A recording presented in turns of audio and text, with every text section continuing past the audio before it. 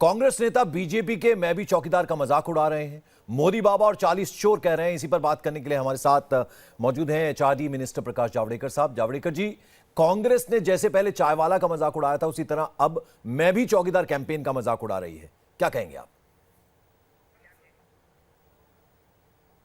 चाय वाला और चौकीदार ये कोई बीजेपी ने शुरू हुई कैंपेन नहीं थी।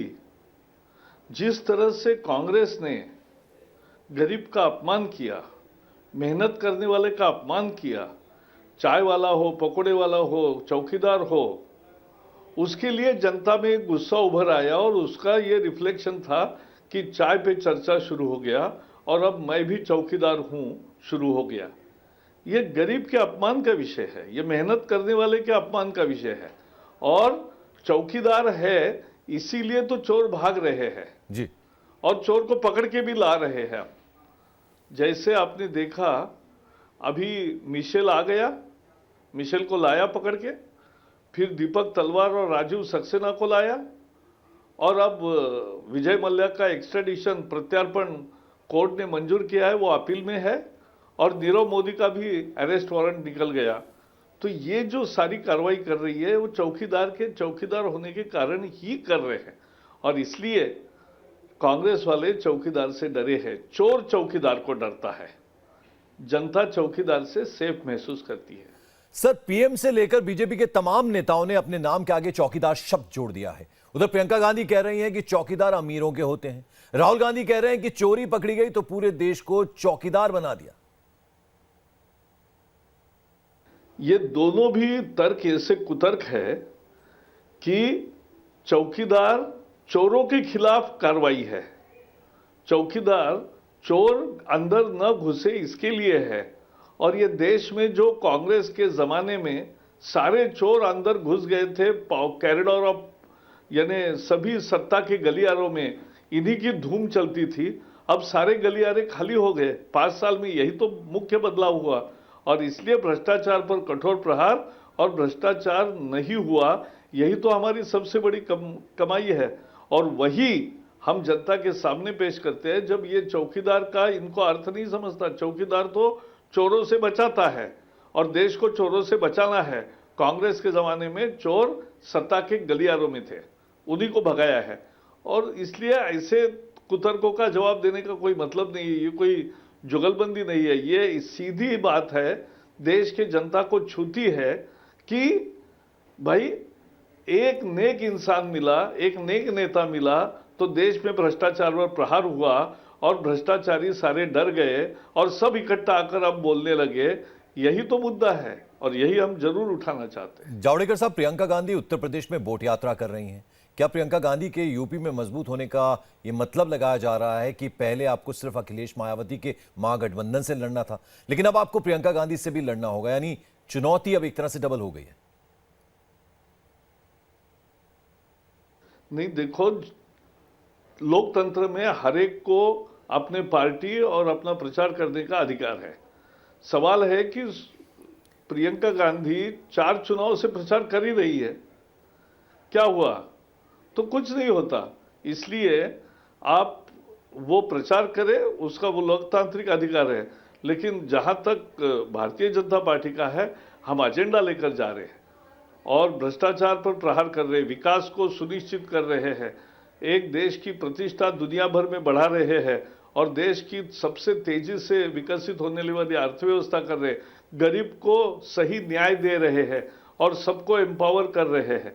जब ये सब काम कर रहे हैं तो वो काम के आधार पर हम वोट मांगने जा रहे हैं।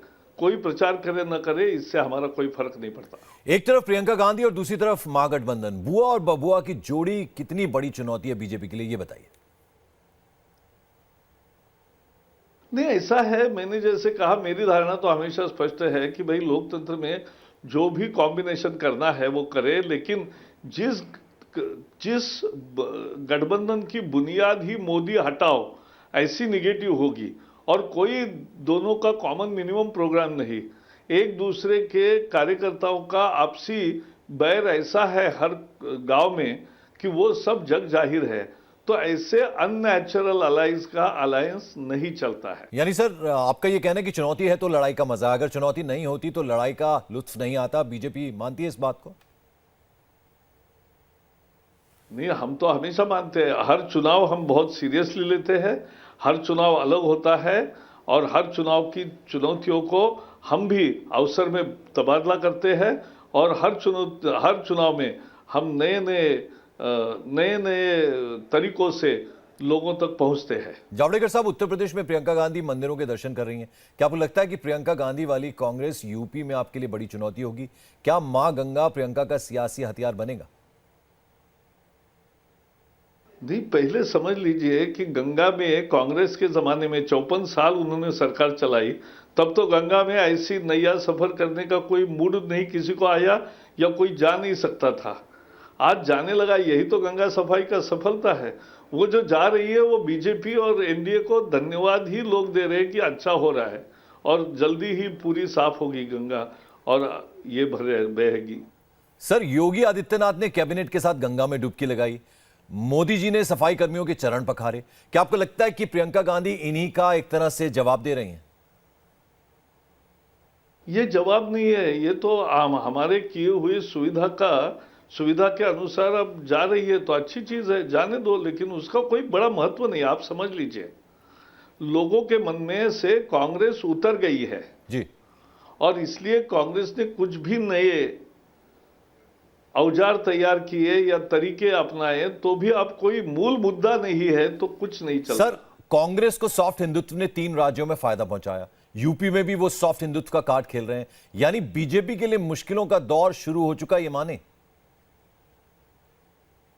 ये देखो, आप बार बार नॉन सीरियस प्लेयर्स के तरफ मुझे बोलने को बाध्य कर रहे हैं। मैं ऐसे नहीं बोलूंगा। लोकतंत्र में जो भी करना चाहे कोई भी, लेकिन जब तक मुद्दा नहीं है और वहां उत्तर प्रदेश बिहार में कांग्रेस का रेलेवेंस समाप्त हो गया। सपा बसपा ने कहा कि 2 सीटें दी है, उतनी ही अब की औकात है और इसलिए ये जनता ने भी बताया है, तो और क्या बताने की जरूरत। प्रकाश जी, विपक्ष पुलवामा अटैक और उसके बाद एयर स्ट्राइक से चुनावी फायदे की बात भी कह रहा है। क्या वाकई में बीजेपी एयर स्ट्राइक का सियासी इस्तेमाल करने जा रही है? नहीं, इसमें तो बिल्कुल साफ है कि हम देश की सुरक्षा हमारे लिए सर्वोपरि है। देश पहले, पार्टी बाद में और स्वयं लास्ट में।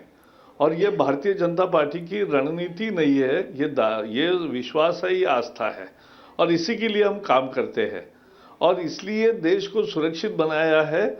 और देश के सेना ने जो पराक्रम किया है उस पर जिन्होंने सवालिया निशान उठाए हैं, वो देश की सेवा नहीं कर रहे हैं, उल्टा काम कर रहे हैं। यह हमें समझना चाहिए कि पाकिस्तान के हाथ का खिलौना बन रहे हो। सर, इसी से जुड़ा सवाल है। राहुल गांधी अपनी रैलियों में बार बार यह सवाल करते हैं कि जिस वक्त पुलवामा अटैक हो रहा था उस वक्त मोदी जी शूटिंग कर रहे थे। बीजेपी कैसे इन आरोप का सामना करने वाली है?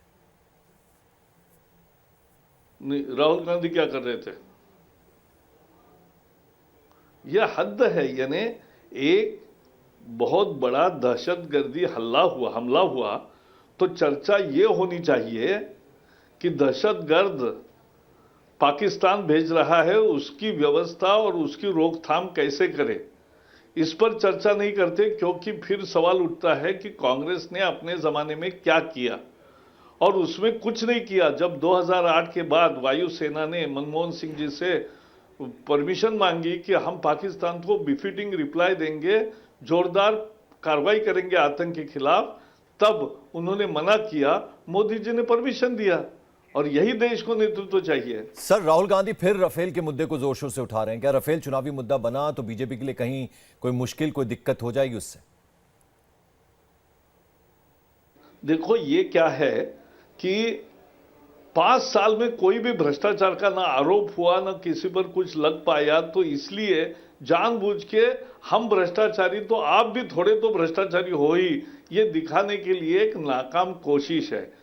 लोगों के दिल में, मन में प्रधानमंत्री जी के पूरे यानी उनके चरित्र पर उनका जो विश्वास है अदम, और उससे ज्यादा महत्वपूर्ण है कि जो दो सरकारों के बीच में समझौता हुए, कोई घोटाला नहीं, सुप्रीम कोर्ट ने कहा, कैग ने कहा, जी। फिर भी ये रोज कहते हैं, इसलिए अब लोग कहने लगे राफेल माने राहुल फेल। सर इन सब मुद्दों के बीच एक और अहम मुद्दा है बीजेपी के लिए, राम मंदिर। लेकिन राम मंदिर का मुद्दा बीजेपी के एजेंडे में इस बार नजर नहीं आ रहा।